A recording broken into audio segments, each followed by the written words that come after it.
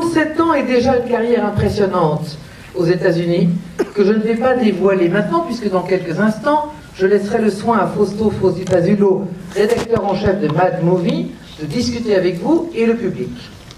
Sachez toutefois que vous avez une fan absolue en ma personne, et qu'en revisitant à votre manière les Wes Craven, Joe Dante, Kim Sung-ho, certaines de mes nuits furent quelque peu perturbées par La Colline à des yeux, Mirror ou Piranha 3D pour ne citer que cela. De plus, je découvre en vous, maître du cinéma d'horreur, un homme d'une exceptionnelle gentillesse, disponible, professionnel, en votre fonction de coprésident de cette 5e édition. Et j'en profite, devant tout le monde, pour vous en remercier chaleureusement. Vous dites vous-même, et ça m'a surpris, je suis bon public, j'ai peur de tout. Des fantômes, des poupées, des clowns, des aiguilles, des oiseaux morts. Si j'ai le malheur de voir dans la rue un pigeon écrasé, ça me glace le sang.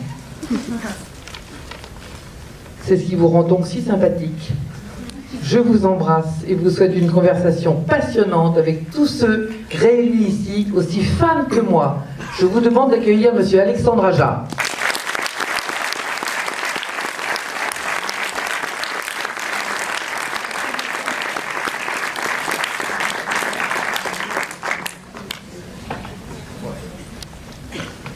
Bonsoir. Fausto.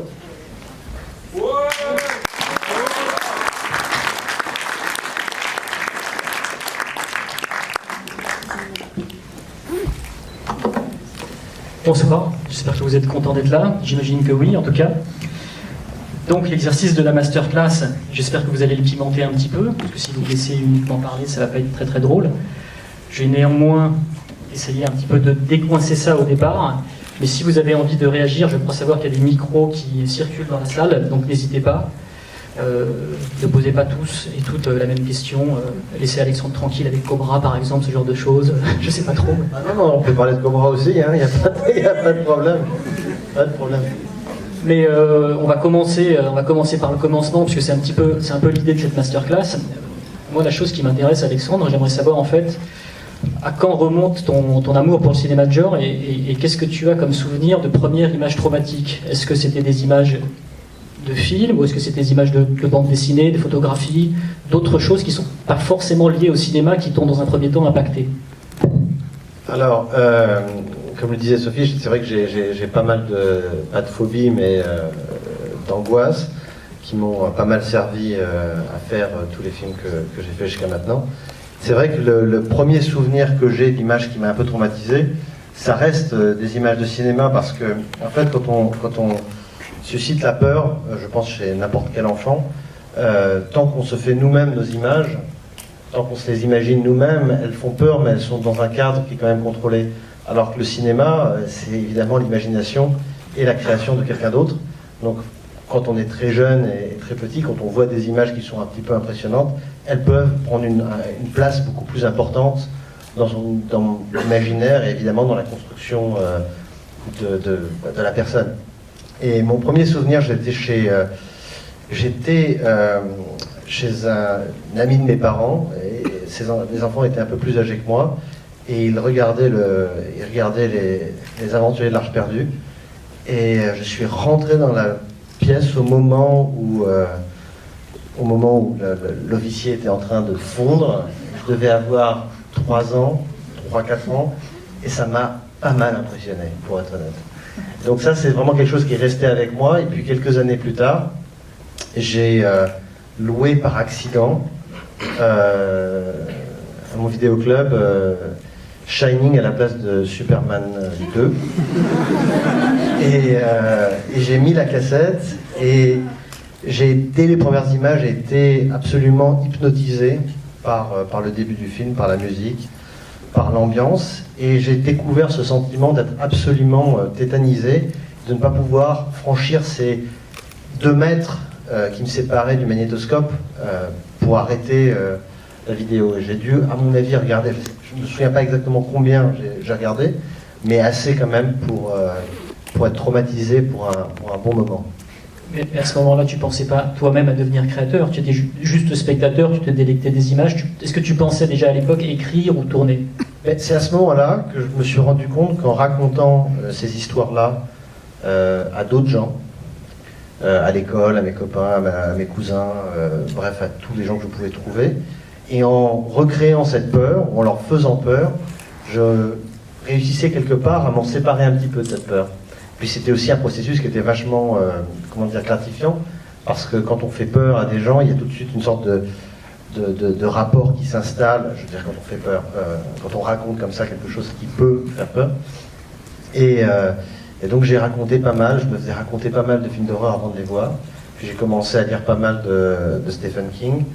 Et évidemment, ça a nourri, et j'ai découvert comme ça ce rapport à être un passeur d'histoire dans ce type de cinéma-là.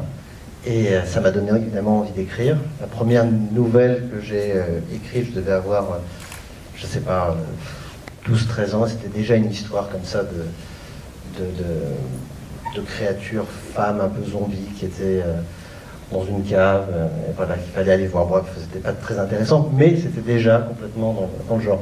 Et à ce moment-là, c'est évidemment le moment où je découvre Mad Movie, la 6e, où je rencontre mon meilleur ami Greg Levasseur, avec qui je travaille toujours.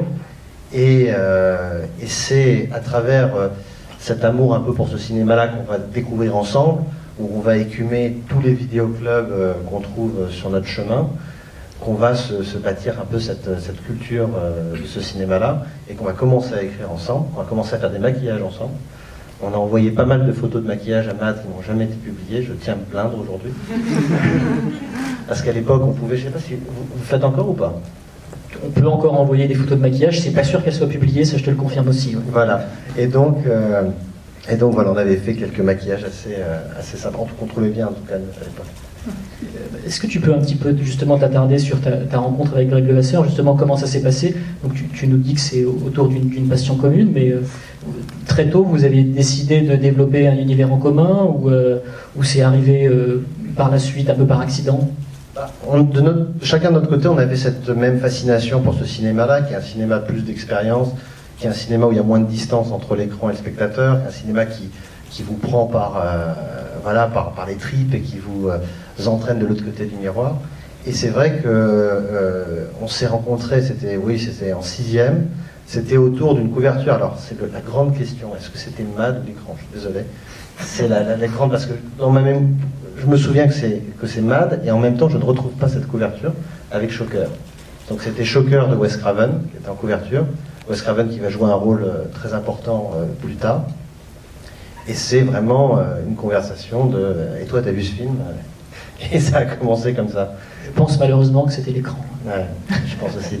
Mais c'était les deux. Ça, c'était sûr que ça a toujours été par pair. L'écran et Mad. Voilà. Donc c'est drôle, en fait, assez tôt exposé au cinéma de Wes Craven, j'imagine qu'à l'époque, tu étais loin d'imaginer que des années plus tard, tu travaillerais avec lui. Enfin, c'est assez fou. C'est fou parce qu'en plus de ça, Wes a joué un rôle indirect, mais très important sur nous. C'est-à-dire que au-delà de Shocker, qui n'est pas son meilleur film, qui nous a permis de nous rencontrer, c'est vraiment Les Griffes de la Nuit et les Freddy qui nous ont vraiment fait devenir meilleurs potes. Et derrière, en fait, quelques années plus tard, quand on va faire Haute Tension, il n'y a pas vraiment de cinéma de genre en France à ce moment-là, c'est assez compliqué d'en faire. Et on a réussi, après vraiment des mois, voire des années de bagarre pour financer le film. Le film coûte pas très cher, il coûte 2 millions, et quand même, il faut le trouver. On réussit à monter le financement complet, et tout d'un coup, il y a un type en banlieue parisienne qui va poignarder sa copine avec le masque de Scream.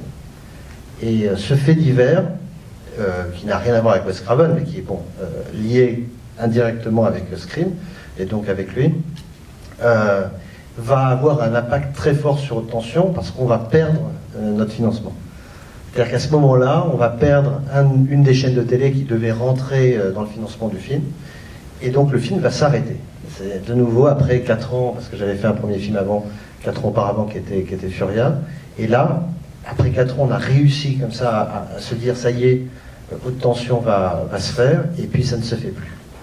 Et c'est vraiment grâce à ce moment-là à Luc Besson qui est rentré dans la production qu'on a pu faire le film, et vraiment pendant un moment on a cru, et donc c'était indirectement lié à Wes Craven quelque part, parce que ce masque de Scream, parce que, alors ça c'est un autre débat sur comment dire, l'impact qu'ont le cinéma sur les gens et sur les déséquilibrés, et sur, bref, donc c'est toute une autre histoire.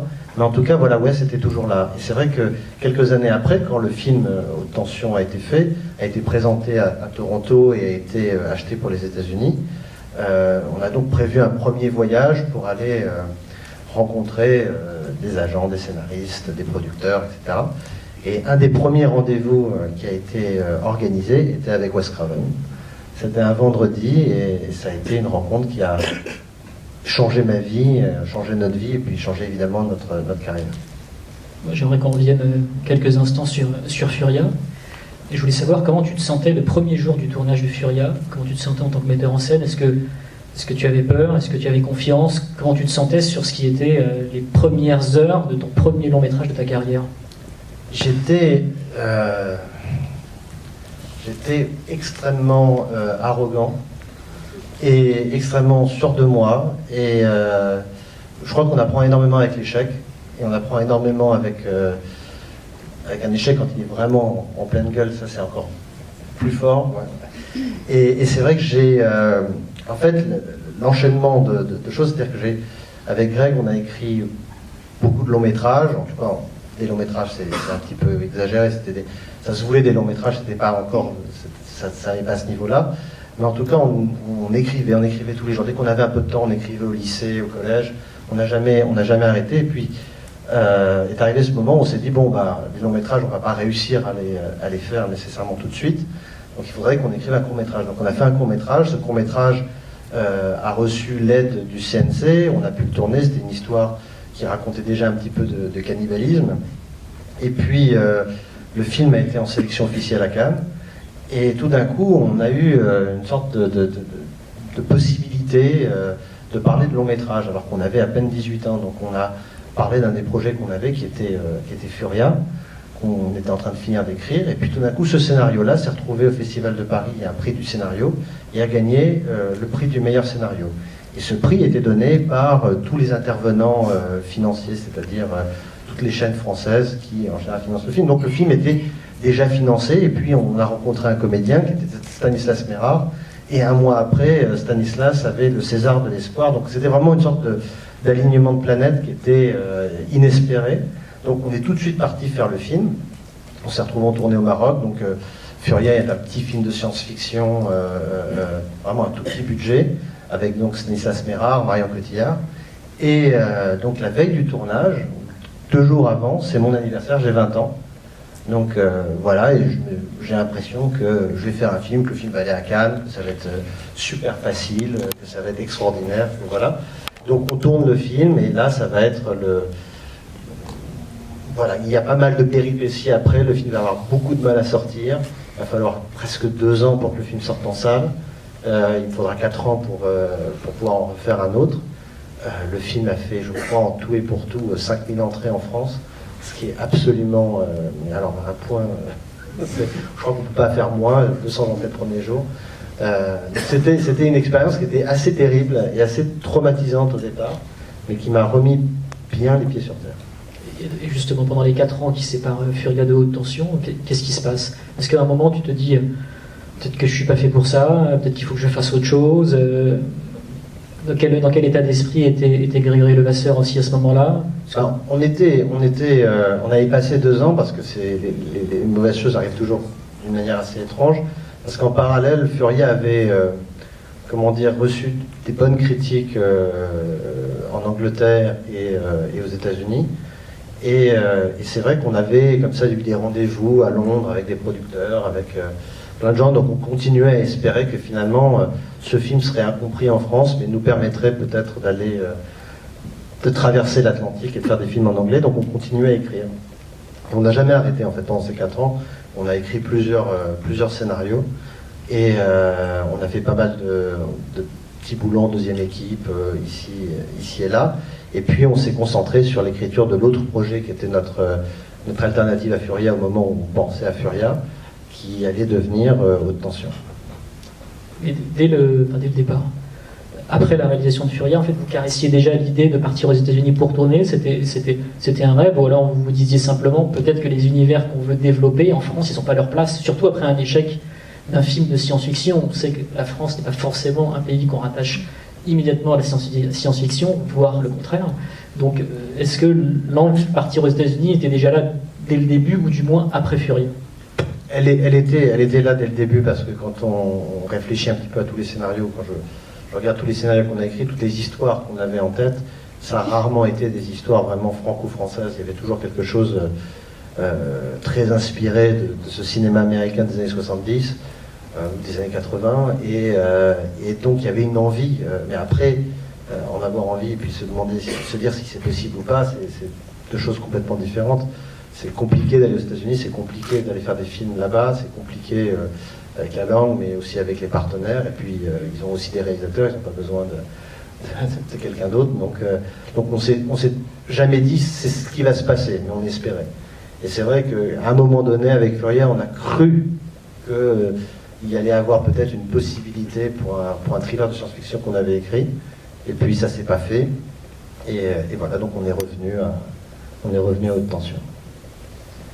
Haute tension, c'est un peu la consécration. Le film aurait pu effectivement mieux marcher en salle, mais quand on regarde les scores qu'il a fait à l'époque et quand on les compare en tout cas aux scores que font certains films de genre aujourd'hui, on peut dire que c'est un succès.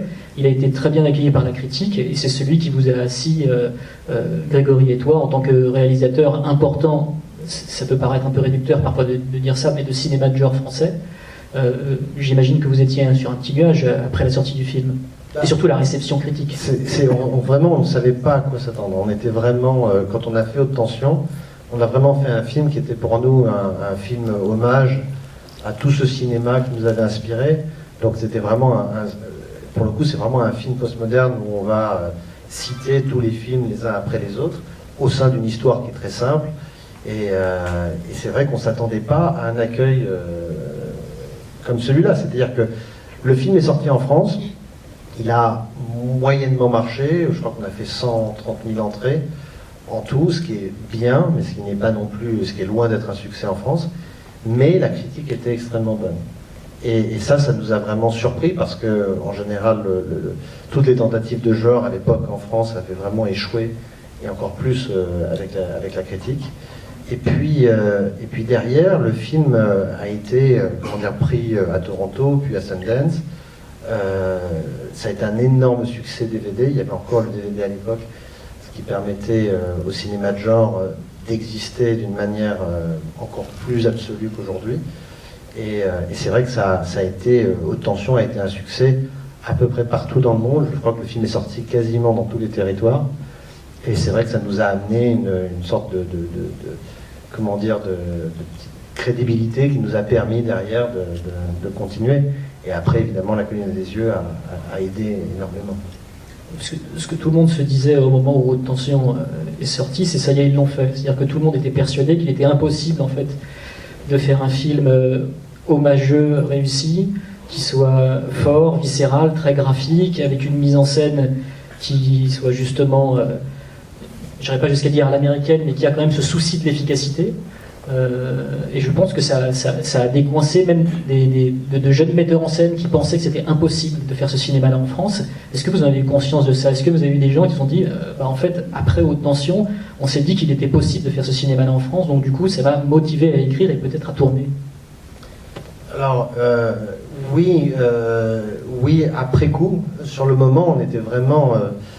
quand on a terminé le film, parce qu'il y a eu une petite aventure entre Haute Tension et La Colline des Yeux, c'est que Luc Besson, qui avait donc produit Haute Tension, nous a approchés pour qu'on réalise pour lui l'été suivant Banlieue 13. Et Banlieue 13 était un film qui était vraiment à des galaxies de mon univers, et de ce que j'aime, et de plein de choses. Mais bon, à l'époque, il faut se remettre en perspective, c'est-à-dire qu'on n'a aucune garantie que Haute Tension va marcher, va mieux marcher que Furia, ou va trouver un public. Et tout d'un coup, Banlieue 13 est un film énorme qui va coûter 15 millions d'euros, avec des moyens, à la limite du genre, mais bon, dans l'action. Et à ce moment-là, donc, on ne peut pas passer à côté de cette offre, donc on se met à travailler sur Banlieue 13. On écrit beaucoup sur le scénario, on travaille, on fait la préparation, les repérages, le casting. Et puis tout d'un coup, Cyril Raffaelli, qui est l'acteur principal, va se sectionner le tendon d'Achille. Et en se sectionnant le tendon d'Achille, le tournage va être décalé de plusieurs mois, ce qui va me permettre d'aller à Toronto présenter Haute Tension et de pouvoir après rencontrer Wes Craven et partir sur une direction qui était beaucoup plus proche de notre univers que celle dans laquelle on allait s'embarquer. Et qu'est-ce que vous vous disiez, Grégory et toi, au moment de la préparation de Banlieue 13? Vous disiez que c'était un film nécessaire à l'avancée de votre carrière. Vous disiez, mais ça se trouve, on va pouvoir en tirer quelque chose de bien. Je crois que j'avais lu une interview de toi où il était question que Banlieue 13 s'inspire quand même pas mal de John Carpenter. Enfin, essayer de tirer le film vers ces horizons-là. Est-ce que vous disiez pas, ça y est, entre guillemets, on signe avec le diable, on va faire un film qui est pas vraiment celui qu'on aimerait faire? On signait avec un diable qui nous avait sauvés. C'est-à-dire que Luc Besson, sans Luc Besson, Haute Tension n'aurait pas existé, et donc rien ne se serait passé. Donc c'est vrai que quand il nous convoque dans son bureau et qu'il nous donne le script et qu'il nous dit ça y est, ça c'est le prochain, bon, alors on a partagé, il nous a donné une grande liberté pour pouvoir réécrire un peu le scénario, mais c'est en le faisant, on se rendait bien compte qu'on était vraiment dans de la commande, qu'il n'y avait pas, qu'on vibrait pas nécessairement pour ce projet-là. Et c'est vrai que le jour où le pauvre Cyril s'est sectionné le tendon d'Achille, il y avait évidemment une partie de moi-même qui était extrêmement inquiète pour lui, parce qu'on avait travaillé ensemble depuis pas mal de temps, mais une autre partie qui me disait c'est un signe que je vais pouvoir ne pas faire ce film-là et repartir sur des choses qui sont vraiment ce que j'ai envie de raconter, ce que j'ai envie de voir à l'écran, et pas du tout ce cinéma-là.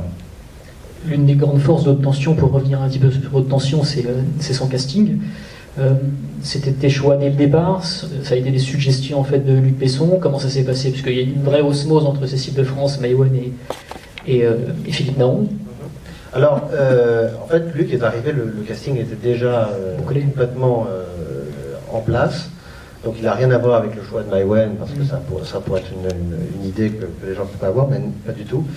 Le casting de Haute Tension a été très long, du moins assez. Voilà, on a rencontré beaucoup de jeunes actrices françaises à l'époque. J'ai fait faire des tests à pas mal, parce que c'était un film où on savait dès le départ qu'il y aurait peu de dialogue. Je crois que dans le film entier, il doit y avoir moins de 10 minutes de dialogue. Et donc, c'est pas facile pour un acteur de jouer la peur, d'être seul à l'image et à chaque pas, donner au spectateur une idée claire de ce qui se passe dans sa tête. Et beaucoup d'acteurs vont jouer un petit peu en caricature ou exagéré. Et c'est pas facile d'enlever les dialogues à un acteur. Parce que les dialogues, évidemment, ça sert à exister, ça sert à se placer, ça sert à construire un personnage. Et là, il n'y avait plus de dialogue. Donc il y a eu pas mal d'essais comme ça, pas mal de jeunes actrices qui ont très bien, très réussi après, mais qui n'étaient vraiment pas douées pour le sans dialogue. Tu peux donner des noms ou pas? Non, c'est dommage. Même dommage, non? Même sous la torture. Non. En revanche, très rapidement, j'ai rencontré Cécile. Et Cécile venait de faire un court-métrage de genre, qui était pas mal du tout, et elle était absolument fabuleuse. C'était une histoire autour d'une voiture, et un tueur qui rentrait dans une voiture, et elle qui se cachait autour de la voiture. Donc il y avait une sorte de cache-cache comme ça. C'était vraiment bien foutu, et c'était évident qu'elle avait le personnage en elle. Mais le problème, c'est que à ce moment-là, Cécile de France, ça valait pas grand-chose pour les chaînes de télé, pour les partenaires, et à chaque fois qu'on allait voir des gens, on nous disait qui, et ça marchait pas donc. Et puis un jour, Cécile me dit, écoute, il se trouve que j'ai fait 3 films en même temps, ils vont les 3 sortir en même temps aussi là au mois de juin, tu devrais attendre un petit peu parce que peut-être que les choses vont changer. Et en effet, il y avait L'Auberge espagnole, Irène et Apus Pollux qui sont sortis en même temps et qui l'ont fait exister. Donc les mêmes personnes qui avant me disaient qui, était formidable, génial, donc évidemment ça a aidé. Donc non, mais c'est aussi intéressant de se dire que les gens qu'on rencontre quand on fait un film, et qui sont les partenaires financiers, et qui vont investir dans votre projet, ils ont évidemment une actualité qui est l'actualité d'aujourd'hui. Ils ne se projettent pas. C'est-à-dire que ce n'est pas leur travail de se dire telle personne va avoir tel film qui va sortir dans 6 mois, mais c'est quelque chose qu'il faut toujours garder en tête, parce qu'évidemment les gens qui sont pour eux bankable le jour où vous les rencontrez ne sont pas nécessairement ceux qui vous permettront de faire le film dans 6 mois ou dans 1 an, et il faut parfois vraiment rester sur ses choix et des fois attendre, parce que peut-être que évidemment la donne peut changer et vous pouvez avoir raison et vous retrouver avec le casting qu'il faut. Et en effet, Cécile était absolument fabuleuse. Maïwenn, ça a été un choix qui est venu après Cécile, parce qu'une fois que j'avais Cécile, je voulais choisir cet autre personnage avec elle. Et donc on est allé voir un soir le spectacle, le one-man show que Maïwenn jouait à l'époque. Et c'était évident, il y avait cette énergie, ce contraste avec Cécile. Et le couple était là. Est-ce que Didier Barbelivien a vu le film? Oui, il nous a même donné la chanson, je crois, gratuitement. C'était la question que je m'étais posée en voyant le film pour la première fois. Je me suis dit, est-ce qu'il sait que sa chanson va être utilisée dans un tel contrepoint? Est-ce qu'il va justement capter l'humour? Non, il a été formidable là-dessus, parce qu'il nous fallait cette chanson un petit peu ironique, ultra kitsch, et il a vraiment joué le jeu, il nous l'a donné, alors qu'on avait essayé... qui est-ce qui chante sa merde? J'ai encore rêvé d'elle. Aidez-moi en termes de variété française. Ah putain, j'ai encore rêvé d'elle. Et bref, Il était une fois, oui. Il était une fois. Bravo, très bonne culture. Variété française. Voilà. On va parler d'Il était une fois ce soir. Fabuleux. Et donc voilà, donc c'était... Non, on a essayé aussi... Merde. Non, bon, on avait essayé plein de chansons assez marrantes. Mais bon, toutes les filles que j'ai aimées avant, c'était parfait pour le film. Et Philippe Naon, tu l'avais repéré chez Gaspard Noé avant? Exactement, ouais. Exactement. Bah oui, c'était la grosse claque du cinéma de genre, ou à la limite du genre à l'époque. C'était évidemment Seul contre tous. Et Naon qui était monumental. Donc c'était une évidence pour le personnage. Est-ce que on veut commencer à poser des questions avant de se lancer sur la colline à des yeux? Est-ce qu'il y a des gens qui veulent réagir justement peut-être sur Haute Tension? Tout le monde l'a vu en salle, Haute Tension, ici? Qui l'a vu en salle, le film? Qui l'a vu en DVD? Qui l'a pas vu? Alors là, c'est la honte. Il faut sortir.